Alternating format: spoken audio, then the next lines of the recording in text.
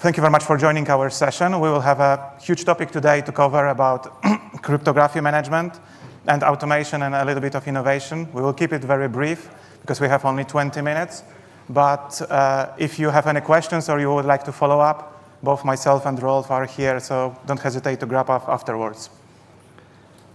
Yeah, thank you for being here all in this early morning session. My first time here, so at PCI, so really feel honored to present to you. So I work at Deloitte, Netherlands, a consulting firm, senior manager in cybersecurity.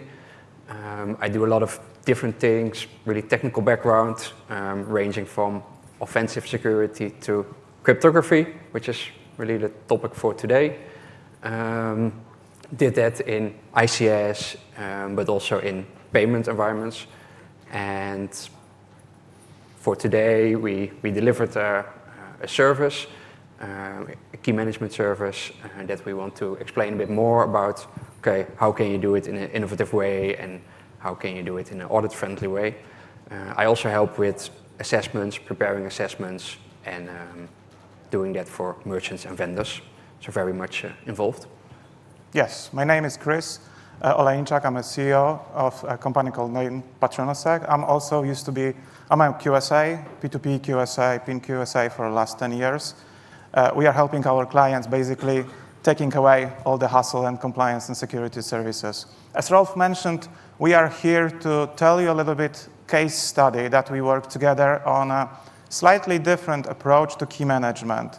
When we are thinking what you can be beneficial and what can be good for you, we're just thinking, rather than talking about a hypothetical situation, we will tell you how we manage this together and how we manage this from operational perspective, but also from compliance perspective.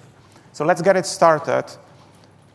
Both myself and Rolf, we are working with various of clients around the world, and we see that although clients are very different or implementations are very different, they are pretty standard problems or on high level they are very similar. If you take a look on key management and how it's working for client portfolio that we are working, first of all, we see that everyone is tending to automate. We have infrastructure as a code, we have CI/CD, we have a configuration as a code. ChatGPT is just helping everyone to make the technology much more accessible, but no one really is trying to automate key management. There is a perception that key management must be manual, must be step by step, and must be based on paper and based on handwritten affidavits, logs, and stuff like that. We said that, oh no, we can challenge that, and we would like to challenge that. Secondly, if you take a look on how much time we are spending on key management, I mean, from our auditor's perspective, sometimes we are spending like 4 or 5 hours in secure rooms just observing the key ceremonies. If you multiply this by number of people that are there, if you multiply this by the hourly rate, for example, you see how expensive is this. So it's very time and expensive consuming. It's hard to audit and trace because it's all manual. When I'm attending client, of course, my as an assessor or as an auditor approach is to trust but verify. So whenever I'm seeing a paper logs, I don't have really assurance that it was not created yesterday, just before I arrived. So the trace and track is really hard to follow. And equally, we were talking about this today, and we were talking this about yesterday, and we'll be talking about that tomorrow, that security of payment data is based on encryption, is based on a robust and very mature key management processes. So from the one side, we see that it's manual, it's time-consuming. On the other side, we see that it's very important from payment security perspective. Yeah, so there, of course, must be a reason why this is done all manually, right? Otherwise, everybody would have automated this and done this already. So I think, first of all, it's maybe not the main interest of all the personnel involved. How often do you see a key ceremony where maybe someone from the finance department, someone from HR department is participating? You do this maybe once a month, once every X number of times. So it's not really the main focus. It's also difficult, I think, to automate, or we think, not only because it's proprietary technology, you have specific HSM, specific other technology that you use, but if you want to automate it, it's also a combination of knowing the crypto, knowing the payment side, but also knowing how can you automate it develop things, make it more efficient. So you really need to have that combined knowledge. We always see, or I always see, people have been doing this for 10, 15 years, maybe longer, and have been doing it always like that. So it's also a bit of common sense, the normal way of working. It was always like that, basically. So it's difficult to change that. And I think lastly, some of the HSMs, it's not really publicly known how they work, not very transparent how the API works. All the documentation you need to have a license and be very restrictive in who can access it. So it makes it less accessible. So what if we could change that, or what if we could do that differently? Then you can think of, maybe start thinking from the ground up, okay, what can we do to make this more automated and better? So for example, it would give you a traceable process. If you have something that is automated, it will go every time the same way. It will, very easy to say, okay, what happened at what stage, and look back in time to see what happened. The paperwork, it's always a nightmare when I see it. It's nobody likes to do it.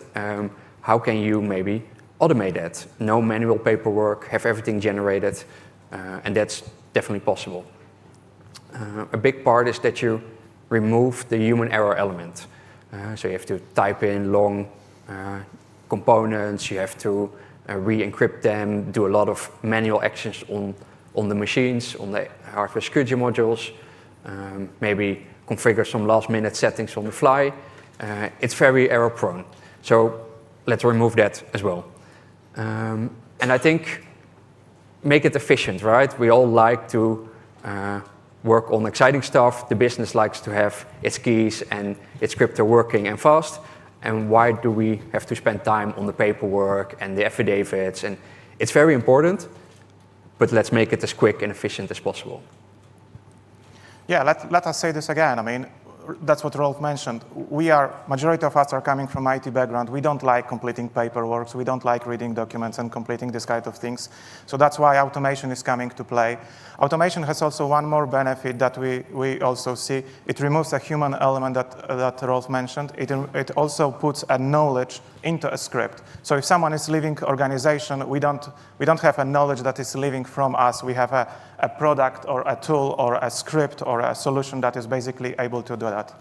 What to do, what are the core elements, and how we did achieve that automation? So first of all, the most important element is to start from repeatable process. Automation does not make sense if you are doing things in a different way, because you need to have 55 types of automation in that case. And it's becoming very, very, very expensive, not only in creation, but also in maintenance. So repeatable process for every key. We have a consistent process where we are going step by step in exactly the same way. Secondly, the challenge that was there, we need to remove, we want to separate offline world of secure room and online world where everyone can see all the details of keys, see all the properties of the keys, length, KCV, and this kind of elements without violating security of the keys. That's why we have a central server and we have an offline client software. And in a few slides later, we will just show you how does it look like, what's the architecture of the solution. Fourthly, Rolf mentioned about that we don't want to do manual paperwork anymore. That's why we have a repository for all affidavits, our reports, or outcomes, something that is important for us as assessors from that perspective, but also from clients, because they would like to make sure that the keys are generated in the way how it was requested to be generated. And of course, last but not least, because it's under PCI scope, or we are touching cardholder data, we are impacting cardholder data, it must be done in PCI compliant way. We deliberately don't write in which PCI compliance we think, because the design was to make it compliant in any PCI compliant way. So it's compliant with P2P, with PIN security. We already submitted documentation, so it's already there. We know that it will be, well, we were pretty sure that it will be passed from that perspective. So we want to make sure that also people using that solution or people having that approach, they have assurance from compliance perspective. This is our automation approach. Now let's dig into details. Yeah, so this is one way to do it. This is how we did it, but just to inspire you on that it can actually be done and what is really possible. So the slides will be online, no worries, but feel free to take a picture. So tell you a little bit about this, what we have. We already have this for a few years. It's already certified. We resubmitted it now, it's on the review. But I think the main two parts are you want to be transparent to stakeholders, clients, auditors, key managers, but you also want to do it in a secure way. And online, offline, transparent versus security, it's always a challenge and a trade-off. So that's why we made it out of two parts. Left side, the online components, right side, the offline components, which you do in a secure room according to the guidelines. So on the left side, we have, we call it DKMT. It's Deloitte Key Management Tool. It's the abbreviation. But that's basically your central repository where you store all the affidavits, all the key details, all the sealback numbers. Everything is there. We work from a central location to always have the latest information. It's not that sensitive. It's only encrypted. It's only metadata. So it can be also more transparent and online in this case. Based on that, we use an API to basically generate all the documentation and the steps that we have to do on the HSM. It's a script generation tool, but it outputs two things. One is the paper-based, the paper script, like really all the steps that needs to be followed by all the participants. It will generate that as a PDF. I'll show you an example later. The other one is the digital input file, because you need to transfer the information from online to offline. It's a YAML-based file. You load that via a USB stick into the offline part. The offline part will basically execute the digital file, and you can compare that to the paper version. We'll checksums and hashes to verify that it all match. But that one is basically doing the automation.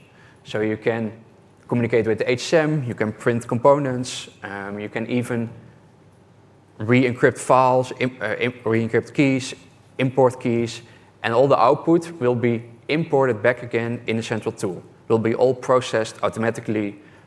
The paper signed affidavit, everybody signs it, will be uploaded as well. So you have all the information together and really automated. So there is some paperwork, but it's all generated.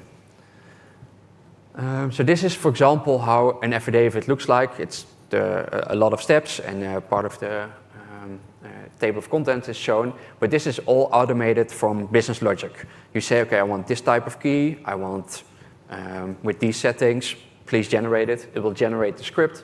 You see a version of the script. You see the required sealbacks. It will automatically grab those from the inventory, and the only thing you have to do is follow the steps, sign it, and upload it back again. Yeah, in a world when everything is a code, a key ceremony is a code in that case, and you can see that.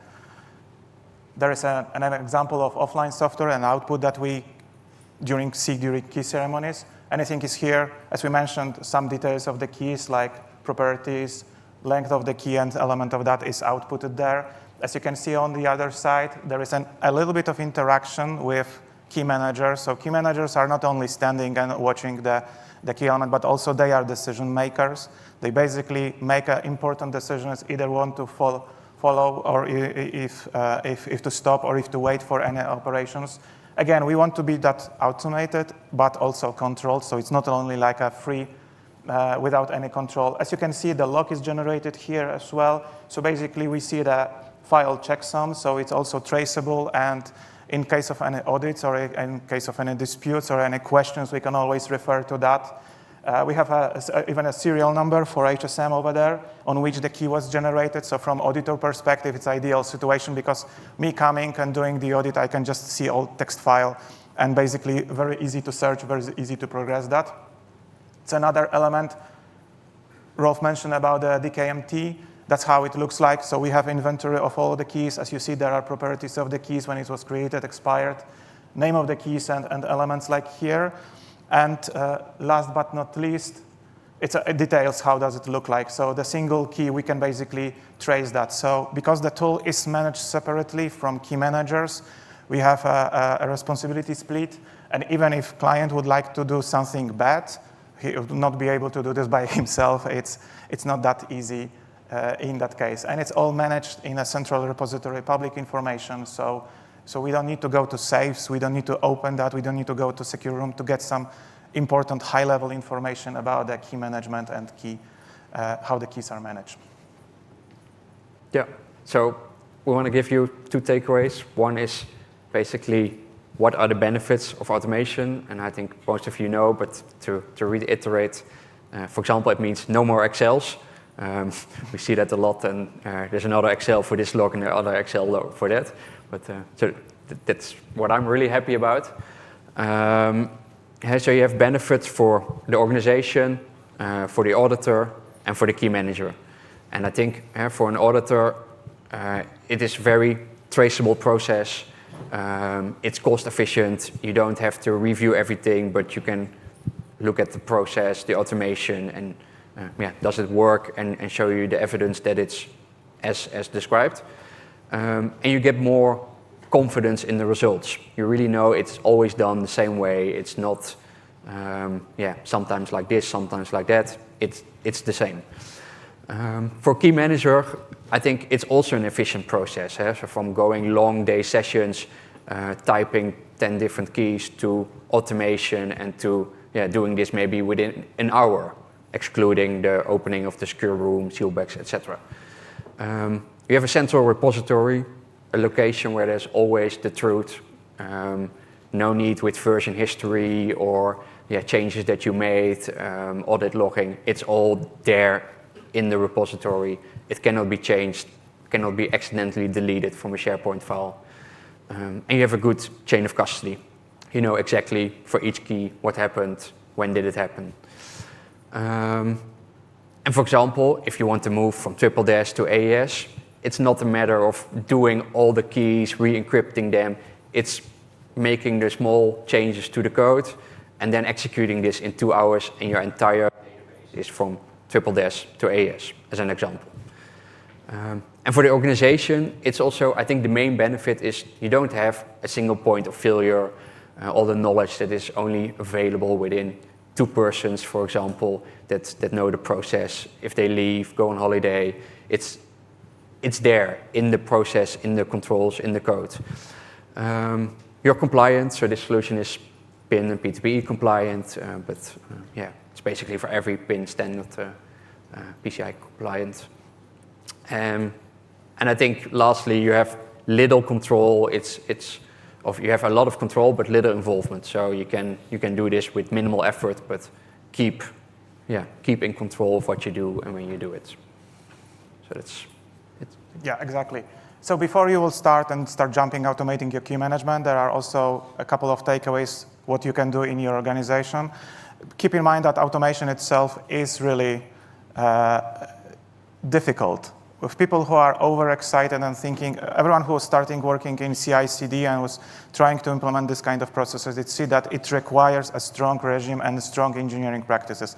Similar here. We need to create a repeatable process which basically will be following in exactly the same way. There must be a key manager who is a very strong personality who will say, who will be banning any other activity. Otherwise, automation, part-time automation doesn't work, not return on that investment. Secondly, when you are thinking about the process, but also about the tool, about scripting, and about technology, try to keep it simple. We were doing this with a couple of clients, and we are doing this internally in our organization. It's very easy to overcomplicate things. It's very easy to get overexcited how things can be done and basically complete and go off the track. So basically, keep it simple as it's possible.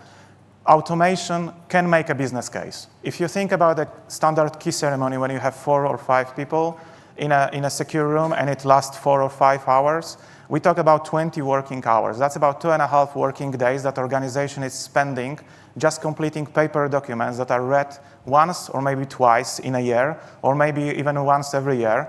That is basically a waste. And as I mentioned, all of us are IT people or IT background. We like to create things. We like to create products and solutions rather than just creating paperwork. So business case is here. On the other side, take a look on automation opportunity. People, again, IT people are sometimes very lazy, and that's why they are so creative in many ways. That's why automation can bring an opportunity to organization and can just show that things can happen much more efficient. And lastly, we were mentioning this many times before, digitalized evidence, use a kind of blockchain technology, and making sure that it's traceable, it cannot be questioned, it's sufficient to what is needed from compliance, but also from being honest to ourselves as an organization in that case. We are running out of time, so thank you very much for your attendance and thank you very much for your presence today. Myself and Rolf, we are here, so don't hesitate to grab us and catch us here. If you scan QR codes, those are secure codes. It's just LinkedIn, so don't be afraid. We will not give you any malware or anything like that. Thank you very much for today, and I hope you will enjoy the rest of the meetings. Thank you.